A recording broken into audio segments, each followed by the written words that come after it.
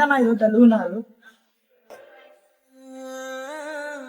ఉండేలే కానీ ఒక టీ తీసుకున్నప్పుడు చెప్తా.